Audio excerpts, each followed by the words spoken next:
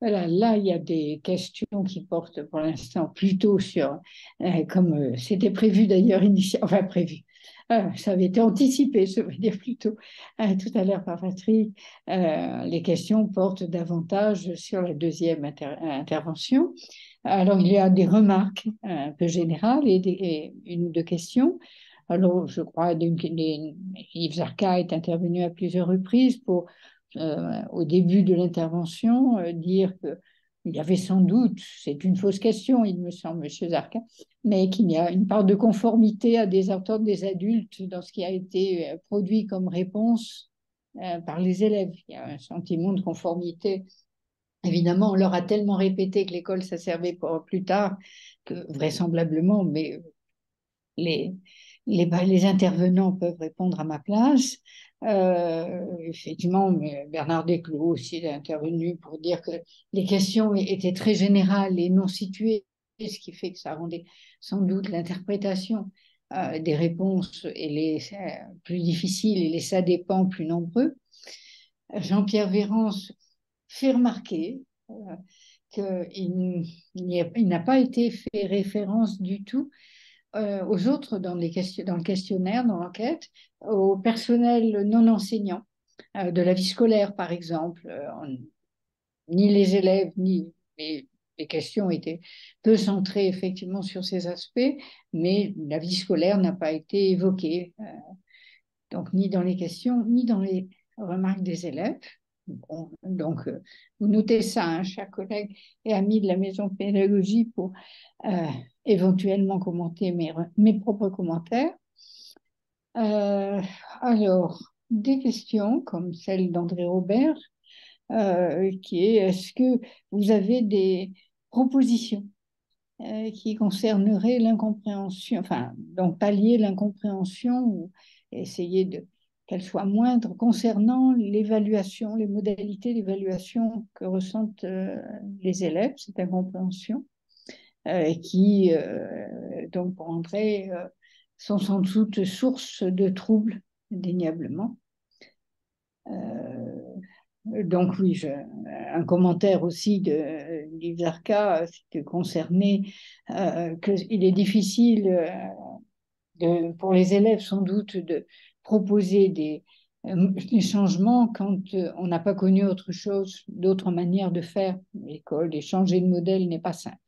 Ensuite, il y a plusieurs euh, rapports euh, de Martine Boudet pour dire que est-ce que vous proposeriez, euh, concernant en particulier le sentiment d'injustice, euh, elle propose plutôt même d'être plus inclusif sur les cultures différentes, en ECJS, en français, en histoire et géographie, d'avoir davantage effectivement d'ouverture culturelle, d'ouverture donc sur les autres publics qui ne sont pas, qui se sentent parfois peu concernés par les contenus d'enseignement qui sont là, d'avoir même en langue davantage, personnellement, là, je suis d'accord avec elle, au lieu d'avoir une grammaire de phrase, d'avoir une grammaire de discours et de la communication plus contextualisée. Euh, voilà. Et qu'est-ce qu'on peut encore voir? euh, Oui, là, Yves, c'est plutôt une remarque sur effectivement la- l'habitude de trouver une utilisation assez immédiate dans ce qu'on apprend et au contraire de s'en remettre à ce qu'on dit que l'école servira plus tard.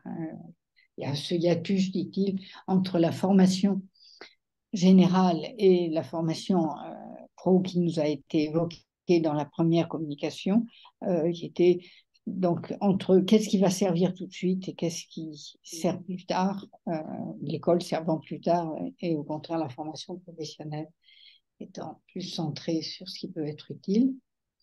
Et puis voilà, je crois que j'ai fait un peu. Ah non, Marilyn est intervenue, il y en a eu beaucoup le temps que je lise même. Euh, Excuse-moi, je lis parce que j'étais sur les autres. Donc Marilyn Coquidé montre aussi des réflexions curriculaires plus larges et la mise en lien entre les apprentissages disciplinaires et la compréhension du monde. Et est-ce qu'il y aurait des évaluations qui permettraient de suivre les apprentissages en lien, tout ce qui est en relation avec vie sociale, éducation à la citoyenneté aussi. Bien sûr, et chacun rappelle qu'il y a eu un séminaire, on était nombreux à suivre sur l'évaluation, un séminaire du SICUR le mois dernier. Oui, à peine oui, le mois dernier, je crois que c'était en octobre, en même jour. Donc voilà, vous avez un peu là encore pour cette séance, Agathe, Maïté, Jean-Pierre, peut-être des commentaires à faire sur ces différentes. Oui, et que peut-être les collègues du LEA-NIL ne se privent pas non plus d'intervenir sur des questions Oui. qui peuvent être tout à fait communes, hein, parce que on sait bien que quand on pose des questions, on a le dernier exposé en tête et qu'on a un peu oublié le premier. Donc, il faudrait surtout pas qu'il soit minoré dans cette discussion générale. Oui, d'ailleurs, j'ai une question aussi sur cette affaire. Est-ce que vous avez des choses à dire, Léa, sur la question qu'est-ce qui est utile maintenant et qu'est-ce qui est un apprentissage décontextualisé? Justement, est-ce que les élèves sont intéressés par acquérir des choses générales, indépendamment de l'entreprise ou même de l'atelier? Hmm. Voilà. Moi, je suis très curieuse de réagir sur cette Oui, question de merci. l'utilité immédiate finalement de la formation professionnelle versus ça servira plus tard ou ça pourra servir plus tard. Euh, je pense qu'on est exposé également finalement à cette question d'utilité dans ce que l'on disait tout à l'heure sur les savoirs plus fondamentaux qui vont d'une part étayer la compétence professionnelle et puis les savoirs qui d'autre part participent plutôt de la culture générale. Et finalement, si on prend cet objet que sont les ateliers technologiques, Fabien et Jean-François insistaient tout à l'heure sur le fait que les jeunes se sentent rapidement à l'aise sur un certain nombre de tâches et n'ont plus ensuite le sentiment d'apprendre ou peut-être le sentiment de progresser. Et qu'on retrouve finalement la question du ce qui servira pour plus tard, on ne sait pas encore très bien quand, et finalement, est-ce que ça vaut la peine? Peut-être que ça prendra la forme dans la formation professionnelle de est-ce que ça vaut la peine d'aller si loin? Puisqu'aujourd'hui, tant sur les ateliers technologiques sur lesquels j'évolue en formation et aussi dans mon entreprise, ce que je sais me suffit à assurer les tâches que l'on me confie. Donc, on a très souvent sur des champs de formation professionnelle une espèce de point d'arrêt dans, en tout cas, la volonté immédiate d'apprendre parce que ça sert. C'est un peu différent concernant les éléments de culture générale. Euh, je fais un appel du pied peut-être à Jean-François, Claire et Laurent, à l'équipe de recherche collaborative qui a été tout aussi peu verticale que pour la Maison de la pédagogie. J'adorerais un jour réfléchir aux apprentissages justement qui vont être liés au français. Il y a une espèce de diffusion quand même dans nos pratiques, si je prends l'enseignement du français, qui viserait un apprentissage aussi purement utilitaire finalement des matières générales.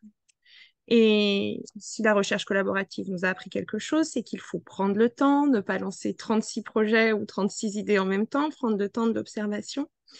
Euh, on, on a parfois l'impression au contraire que plus l'approche d'une discipline comme le français sera désolidarisée de l'écrit professionnel uniquement, de la pure vocation utilitaire, mieux elle sera reçue par nos apprenants, y compris on évoquait tout à l'heure une formation de CAP, opérateur en industrie alimentaire, et plus elle sera euh, finalement un peu hors sol au regard du reste des apprentissages, plus elle sera flatteuse pour les jeunes qui suivent ces parcours. Voilà, c'est pas encore quelque chose que l'on a approché dans la manière dont on le déploie au sein des dispositifs de formation, Mais voilà, on reçoit depuis quelques années sur des formations qui touchent aux métiers en tension, de plus en plus de mineurs non accompagnés.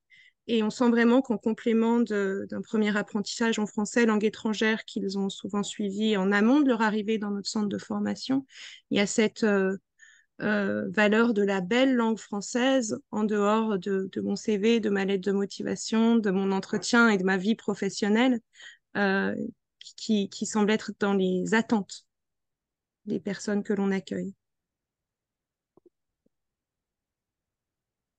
Merci beaucoup.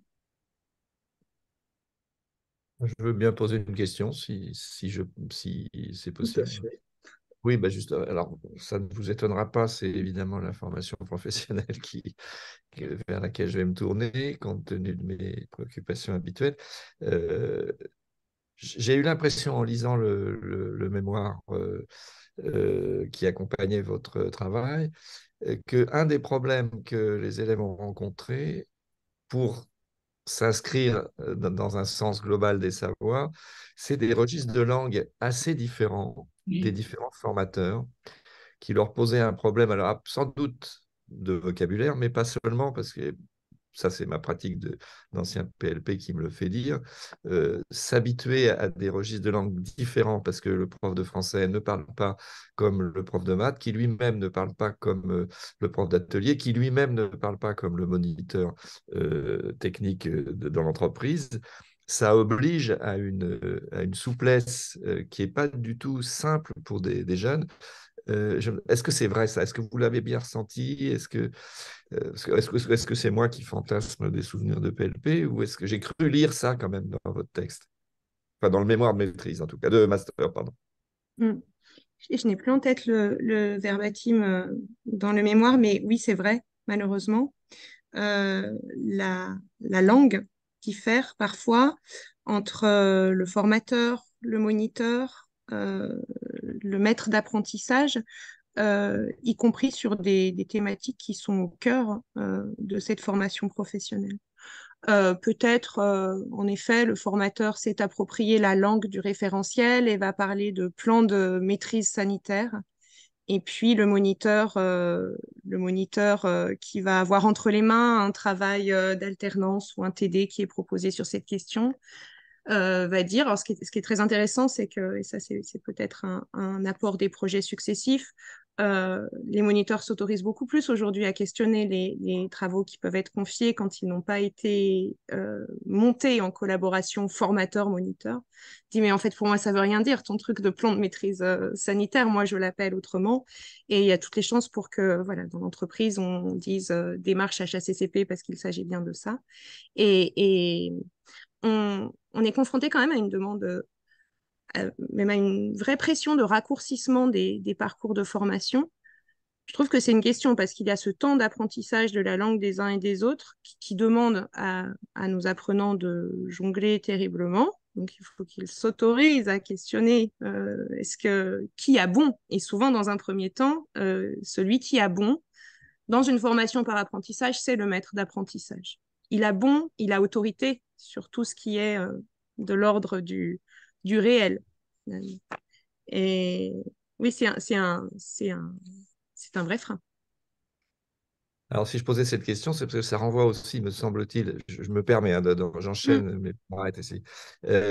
Ça rebondit un peu sur cette question qui a été posée dans l'enquête de Mulhouse sur la discontinuité des savoirs. Ça, c'est une question qui m'amuse toujours beaucoup. Je trouve étonnant qu'on soit étonné que les enfants aient ce rapport discontinu au savoir. Il suffit de regarder un emploi du temps de n'importe quelle classe, de quatrième, de cinquième, qui en général enchaîne dans la même journée 1 heure de français, 2 heures de maths, 1 heure de gym, une pause, 1 heure d'anglais, puis on recommence le lendemain. C'est-à-dire, il n'y a pas de continuité, justement, y compris dans la semaine, hein. Et donc, le prof de français qui renvoie à la continuité de son cours qu'il a dans la tête, il n'y a que lui qui l'a dans la tête. Les élèves l'ont difficilement dans la tête, sauf à tenir leur cahier de texte avec un soin très particulier. Donc cette discontinuité des savoirs qui est fabriquée par l'école finalement aussi, elle est aussi une discontinuité des registres de langage. Le prof de français, je m'excuse de le redire, ne s'exprime pas, c'est pas la peine d'aller chercher le prof d'atelier, hein, il s'exprime pas tout à fait comme le prof de maths, qui ne s'exprime pas tout à fait comme le prof de sciences et vie de la Terre, etc. Donc cette discontinuité qui est à la fois une discontinuité de l'organisation du temps de travail des élèves dans le collège, la concrétisation par l'emploi du temps, des langages de profs qui ne sont pas tout à fait les mêmes. Voilà, ce n'est pas vraiment une question. Je ne suis pas très surpris, et je me rappelle de mon passé d'élève, je ne suis pas très surpris que cet ensemble très discontinu n'aboutisse pas à un sentiment de sens global. J'ajoute juste, me permet une petite remarque et une expérience personnelle. Il s'est trouvé que dans ma scolarité, j'ai été 2 fois au CNED, au Centre national d'enseignement par l'histoire, non pas parce que j'étais malade, enfin bon, des histoires sans intérêt, mais c'est là que j'ai le mieux travaillé, dans un certain sens, parce que comme on envoie les devoirs d'un seul bloc, à l'époque, on recevait tous nos devoirs en papier, etc., je me faisais une semaine de maths, enfin, ou disons, les 5 jours de maths, 5 jours de français, 5 jours d'anglais, 5 jours d'autres choses. Et on apprend beaucoup mieux quand on fait ça. Parce que vous passez tout d'un coup, les savoirs du mois prennent sens pendant 5-6 jours. Voilà. Et je voulais juste faire cette remarque-là. Il me semble bien que le système structure une discontinuité considérable des savoirs. Je m'arrête là. Oui, oui, et je rends tout de suite peut-être la parole à la Maison de la pédagogie pour commenter ou rebondir sur les remarques qui avaient été faites tout à l'heure. Voilà. Mais il n'y a plus que de la discontinuité, Vincent. Je crois qu'il y a aussi un peu de caractère aléatoire, a été dit. Et d'où les ça dépend et les ça dépend. Et l'insécurité qui était visible ou sensible plutôt chez les élèves à cause de ce caractère aléatoire. On ne sait jamais à quoi s'attendre, quoi. En plus, c'est pas, ça ne met pas en cause du tout ce que tu dis sur la Non, non, discontinuité. c'est complémentaire. Ajoute, C'est ça complémentaire. ajoute des choses. Mais je rends la parole à la maison. Surtout que la perception du temps d'un adolescent et d'un enfant n'est pas celle d'un adulte, hein. Bien sûr. Une semaine, c'est beaucoup plus long quand on a 10-12 ans que quand on a notre âge. Tout à fait. Alors, avez-vous des remarques, des propositions à faire pour répondre à André Robert? Non, je ne sais pas, c'est la personne qui a été intervenue en dernier, c'est André Robert. Non, c'est Vincent. Non, c'est Vincent Troget. Oui, Enfin, peu importe, c'est juste parce que les noms me parlent, mais euh, souligner la question de la discontinuité, quand nous disons cela, c'est pas, comment dire, c'est pas une surprise, c'est un constat, et nous sommes parfaitement d'accord pour mettre ce constat en lien avec je ne sais pas si je peux le dire là comme ça, la forme scolaire, ce découpage en tronçons horaires disciplinaires, le bon sens seul permet de mettre ces éléments en lien.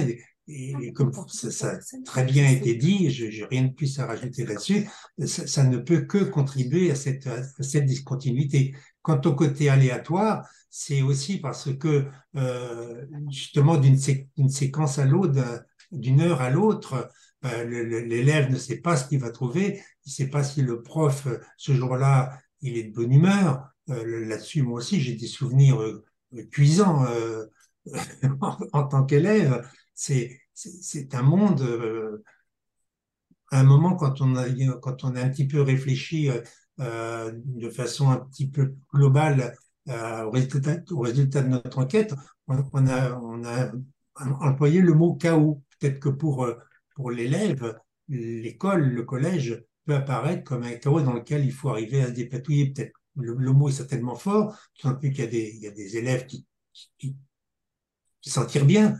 Il ne faut pas trop se demander pourquoi, mais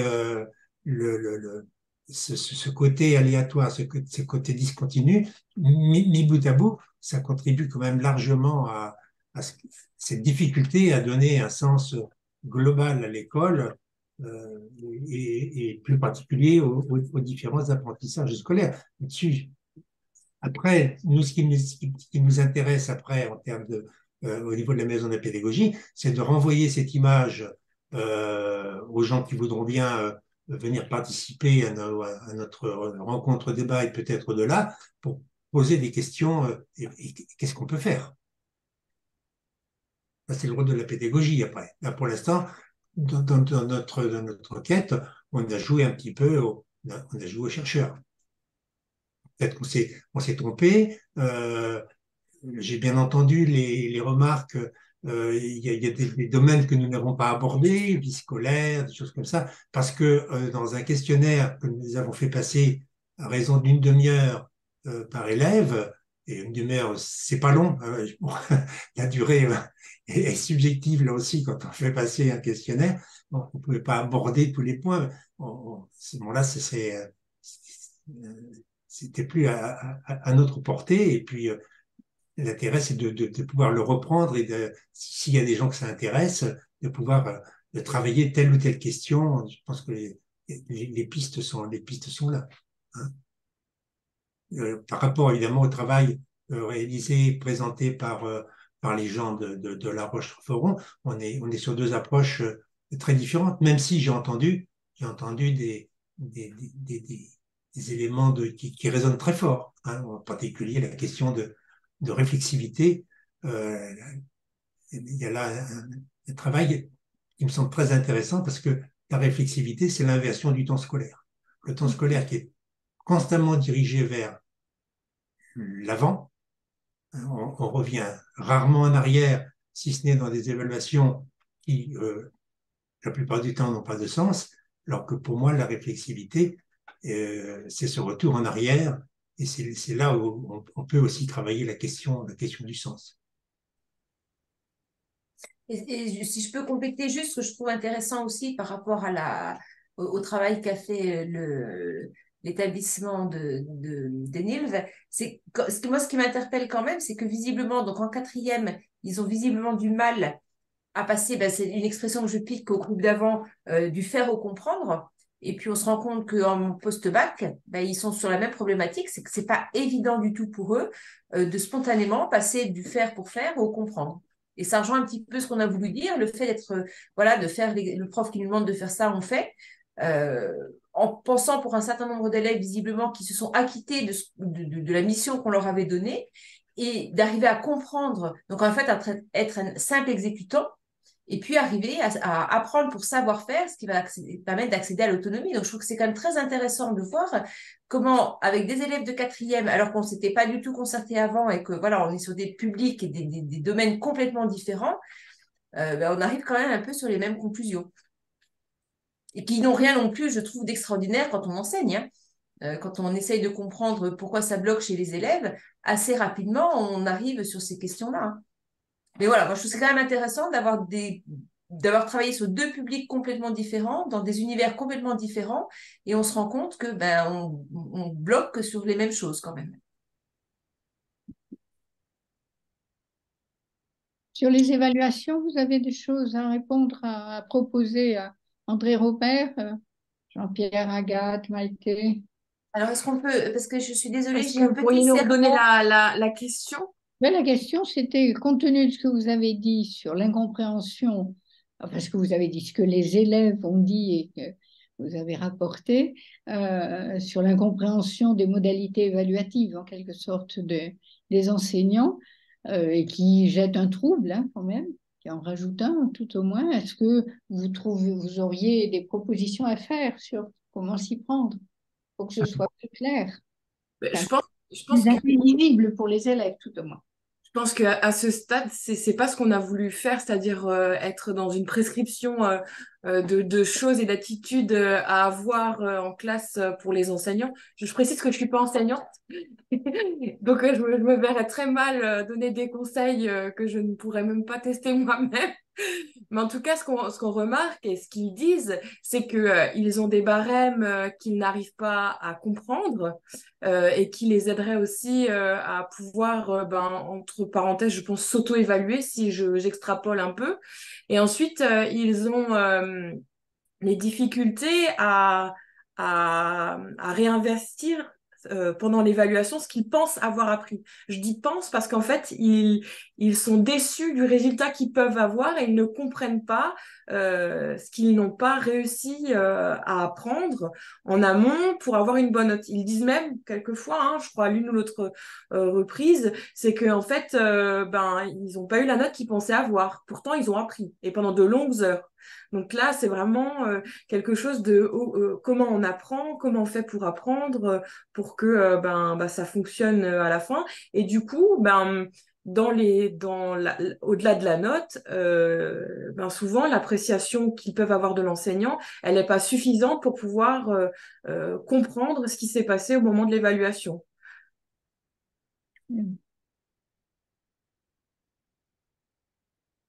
Voilà, dire plus, ça me semble difficile puisqu'on essaye de rester au plus proche de ce que les élèves nous ont dit, même si on se permet quelques petits écarts. Alors, éventuellement, là, moi, je regardais les questions qui avaient été posées au début. Il y avait une question qui évoquait le fait qu'en fait, on n'a pas du tout parlé des autres adultes des équipes. En fait, à aucun moment, on a posé des questions spécifiquement sur les enseignants. On a posé des questions sur les méthodes d'enseignement. Et effectivement, nous, dans les propositions qu'on a faites aux élèves, il y avait écouter le prof, parce que c'est dans l'imaginaire collectif, pour apprendre, il faut écouter le prof, ce qui est quand même un premier pas, mais ce n'est pas forcément toujours suffisant.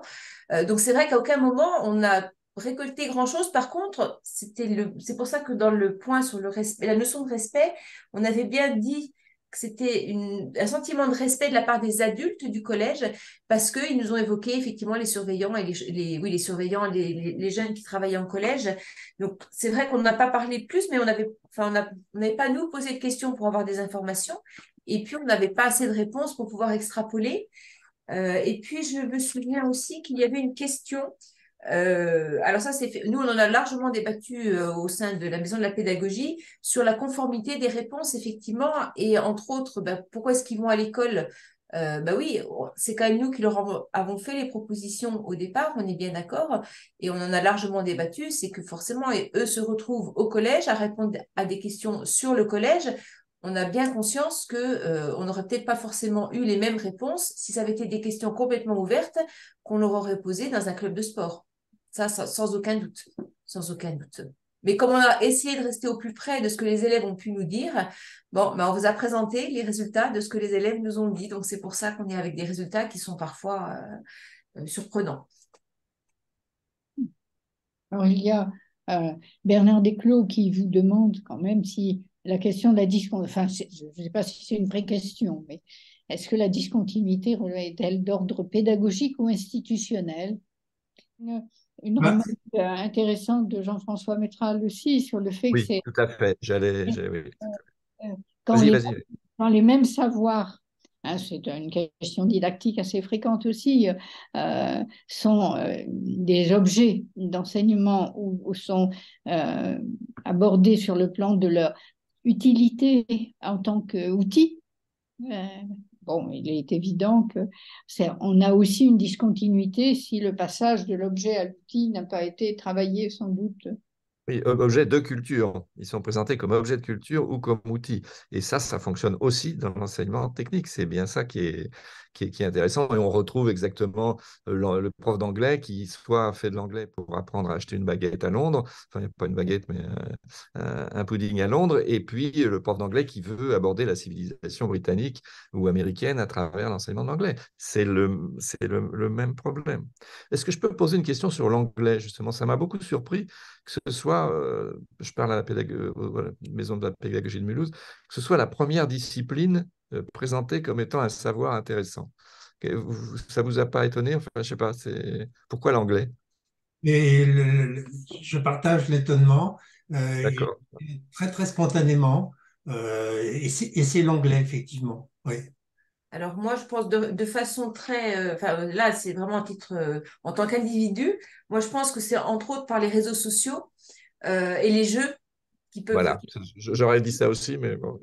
énormément en anglais. Je présume, parce que quand eux nous ont dit, ils nous ont dit qu'ils apprenaient aussi l'anglais en jouant voilà, sur les Ouais. réseaux et en jouant. Donc, je présume que c'est pour ça que c'est ressorti de façon majoritaire. En jouant et aussi dans le milieu familial.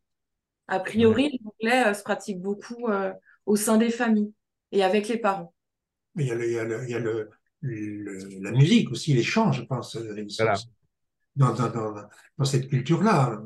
Mais c'est vrai Ouais, que c'est net, ça revient à propos de différentes questions, c'est complètement transversal. Et l'anglais. ouais. Oui, mais ça, c'est un changement culturel assez fort, hein, quand même, hein. Parce que là, là, vous vous adressez à tous les milieux sociaux, pas seulement aux enfants. Non, c'est intéressant, ça. Et le fait que les familles viennent avant Internet ou YouTube comme source d'informations extérieures, ça aussi, ça m'a un peu surpris. Je m'attendais à ce que les réseaux sociaux, Internet, comment on appelle ça, les trucs où on apprend sur YouTube, là, je ne me rappelle plus du terme. Les tutoriels divers. Les tutoriels, oui, voilà, qui sont pourtant assez souvent évoqués, ne viennent pas en premier. Ça aussi, ça m'a paru. Là, Enfin, c'est pareil, on a un petit peu cogité là-dessus. Je pense que ça s'inscrit dans la représentation qu'ils ont du savoir scolaire et de l'apprendre scolaire. Et les réseaux sociaux, pour eux, ne sont pas dans ce ouais. monde-là. Je crois que je pense, peut-être à la limite qu'ils n'osent pas les mentionner aussi, parce que il y a quand même aussi une vision parfois comme un peu négative de ce mode de communication et d'information. Enfin, là encore, ce sont des hypothèses. Mais on a bien, enfin, il me semble on a bien compris que pour eux, apprendre, c'est vraiment apprendre à l'école. C'est ça. J'ai oublié de signaler la remarque de Josiane Groove à propos de la discontinuité, que la pédagogie Steiner-Waldorf répond partiellement à la difficulté de la discontinuité dès lors que chaque matin, le cours principal de 2 heures est donné, un cours principal est donné par période de 3 semaines, c'est-à-dire pour retrouver un minimum de continuité, au moins dans une hiérarchie, pendant 3 semaines. Mais la question de l'activité, Pédagogie alternative n'a pas de raison d'être ici.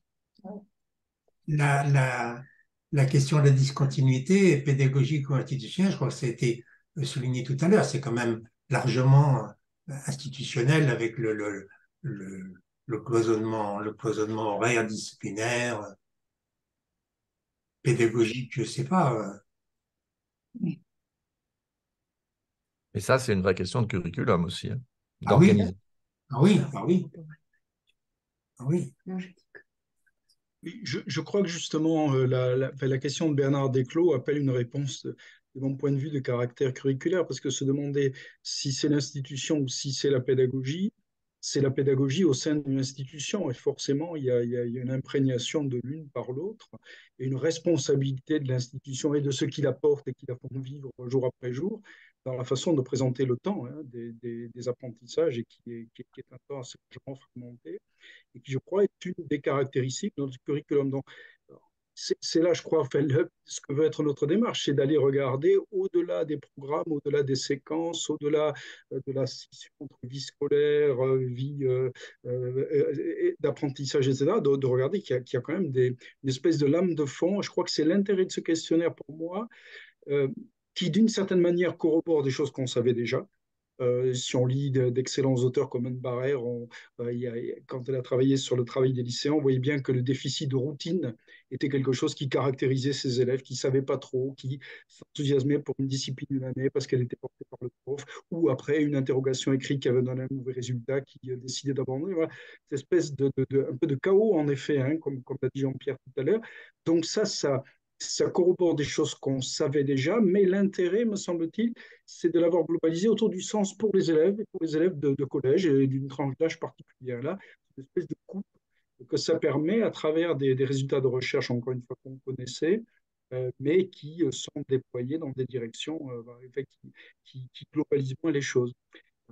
Donc là, concernant cette question il me semble d'ailleurs qu'il s'agisse d'Enilv ou de la maison de la pédagogie de Mulhouse, il s'agit toujours de travailler sur la question des passages.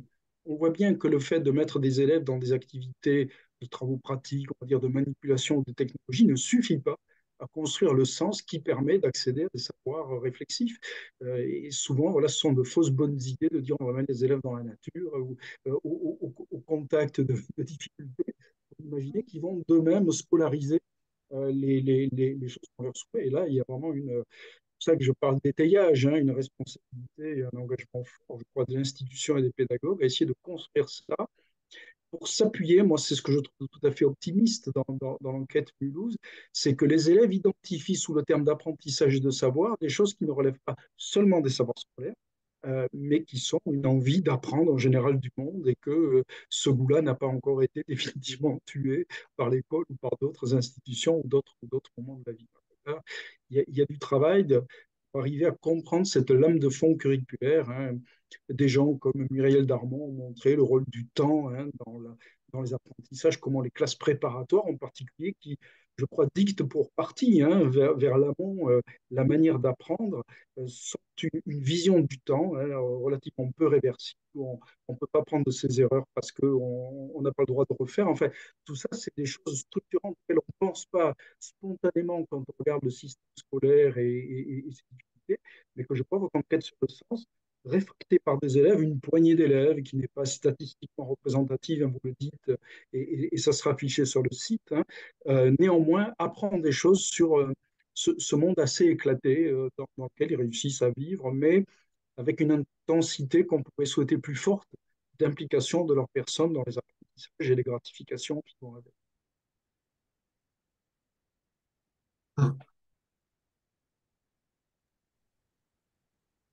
Je suis désolé d'avoir tué les échanges momentanément, en tout cas.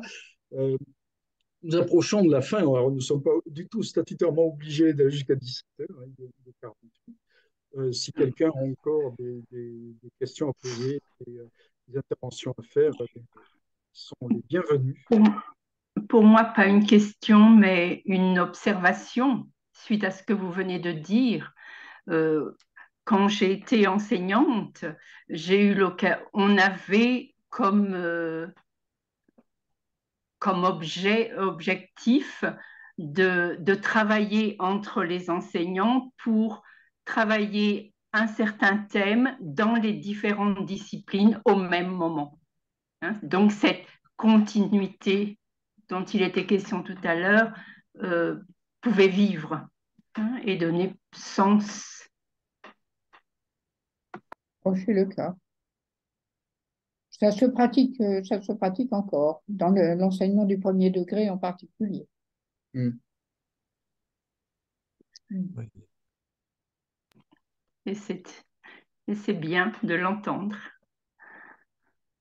Je pense qu'une des questions, là maintenant on est dans les extrapolations personnelles, mais c'est sans doute la difficulté à articuler dans un même programme des moments dans lesquels il y a des apports disciplinaires spécifiques parce qu'ils sont nécessaires et des moments dans lesquels tout ça est mis en commun. Et je crois que nous ne savons pas bien faire ça parce que ce n'est pas la manière de travailler qu'on a demandé des élèves. J'avais une petite question encore, peut-être, pour le Léa. Vous avez parlé tout à l'heure de fondamentaux professionnels. Vous pourriez en dire davantage?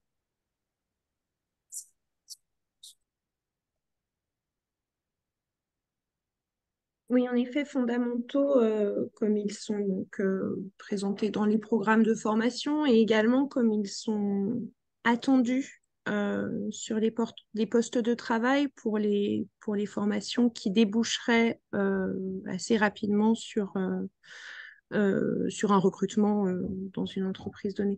Et ils vont vraiment toucher à la capacité à comprendre, respecter et faire respecter des procédures d'hygiène, de sécurité et des gestes professionnels, on va dire basiques, au champ de produits alimentaires qui est travaillé, pour vraiment être très en lien avec les métiers. Je pense que sur ces fondamentaux, forcément le partage d'un même langage, comme on le disait tout à l'heure, va être primordial. Et je dirais la capacité d'ailleurs, et c'est peut-être là où les ateliers technologiques jouent entre guillemets plus facilement leur rôle. On va avoir une très grande fidélité sur ces fondamentaux entre ce qui va se passer à l'intérieur des séquences de formation pure, ce qui va pouvoir être proposé sur les ateliers technologiques et ce qui sera vécu au sein d'une entreprise.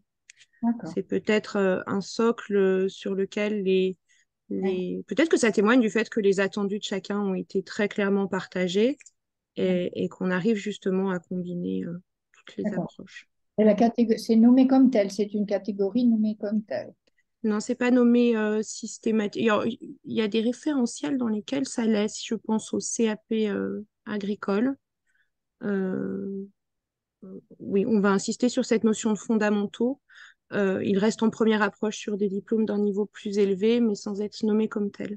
D'accord. Oui, excusez-moi, je fais partie de la maison de la pédagogie et pour avoir travaillé et réfléchi aussi un peu à l'exploitation de ce questionnaire, ce qui me semble poser problème dans le parcours des élèves et le sens qu'ils n'arrivent pas à mettre et ce problème de chaos, c'est pas tant le saucissonnage en cours pour l'acquisition de connaissances que peut-être le manque de temps commun pour construire des passerelles qui permettent de construire des récits qui donnent du sens globalement à ces apprentissages. Oui. Alors, je vais expliquer. Par exemple, je suis très investie dans le domaine, en pédagogie, dans le domaine de la transition. Or, je me heurte localement en Alsace aux défenseurs de l'environnement versus bio qui ne comprennent pas les défenseurs des technologies innovantes, on va dire. Or, il y a même dans le curriculum de l'enfant, même dès l'école maternelle ou primaire, des apprentissages qui peuvent, si on se donne le temps de temps en temps de créer des passerelles, de donner du sens. Le savoir, les problèmes sont complexes, la transition est complexe, l'avenir est complexe, d'autres que moi l'ont dit. Et donc, il faut entraîner les élèves à ça. Et pour ça, c'est comme passer d'une langue à l'autre, passer de la traduction en langage mathématique ou physique d'une situation à son étude sur le plan de l'environnement bio, à la formulation et à l'appel de récits, etc., faisant appel à l'imaginaire, etc. Et c'est toute cette organisation d'une dynamique scolaire dès la maternelle, le primaire et plus tard, qui n'est pas mise en œuvre. Et je vois ça partout.